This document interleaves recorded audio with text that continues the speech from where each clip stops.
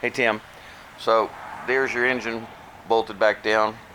They'll pick it up probably just in a few minutes.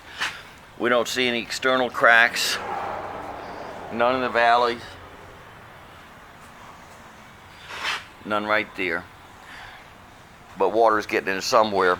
We took a bore scope and went in your spark plug holes and saw the water where it had water in it.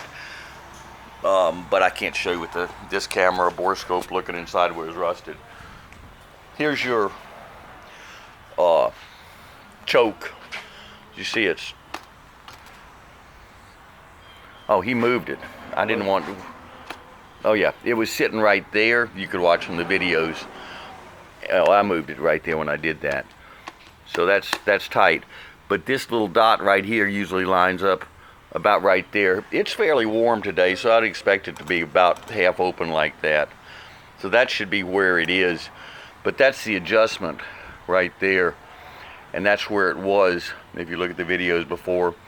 And it's too tight. So just baseline is usually about right there.